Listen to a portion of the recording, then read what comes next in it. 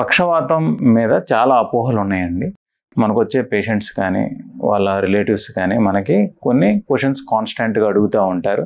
మొదటిది ట్రీట్మెంట్ గురించి అడుగుతా ఉంటారు. పక్షవాతం యొక్క ట్రీట్మెంట్ అనేది టైమ్ బౌండ్ అండి. అంటే బేసికల్‌గా మన స్ట్రోక్ వచ్చాక ఫస్ట్ 6 అవర్స్, ఆ తర్వాత 24-48 అవర్స్, ఆ తర్వాత ఫాలోఅప్‌లో మనకి 48 అవర్స్ టు 1 వీక్ ట్రీట్మెంట్ అనేది ఉంటుంది. ఆ తర్వాత sub acute, chronic treatment phases ఉంటాయండి.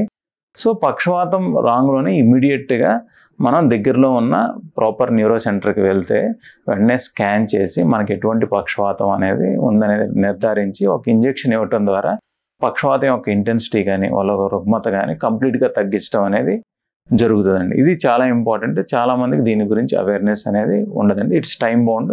ఫస్ట్ 4.5 to 6 అవర్స్ అనేది చాలా ఇంపార్టెంట్. ఆ తర్వాత మనం షుగరు, బీపీ కంట్రోల్ చేస్తే వాళ్ళకున్న ఫర్దర్ డ్యామేజ్ అనేది ప్రివెంట్ చేయొచ్చు.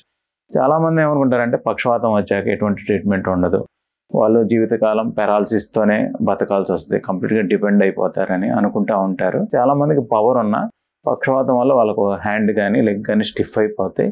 వాళ్ళు మూమెంట్ చేద్దామన్నా ఒక కర్ర మాదిరి అయిపోతూ ఉంటుంది. ఈ యొక్క స్టిఫ్నెస్ని మనం బాటులినం ఇంజెక్షన్ ఇవ్వటం ద్వారా మనం తగ్గించే అవకాశం ఉంటుందండి. ప్రాపర్ ఫిజియోథెరపీ ద్వారా అప్ టు 2 years పక్షవాతం నుంచి రికవర్ అయ్యే అవకాశం కూడా ఉంటుంది. రెండో క్వశ్చన్ అడుగుతూ ఉంటారు, పసరు మందు తగ్గుతా డాక్టర్ అని అడుగుతూ ఉంటారు. మనకి పసరు మందు వల్ల పెద్దగా లాభం ఏమీ ఉండదు. దీని ద్వారా మనకు విలువైన సమయం అనేది వేస్ట్ అయిపోతూ ఉంటుంది. పక్షవాతం వచ్చినా 4 రోజుల తర్వాత మన దగ్గరికి వస్తుంటారు కొంతమంది, ఇప్పుడు ఇంజెక్షన్ చేయండి అని.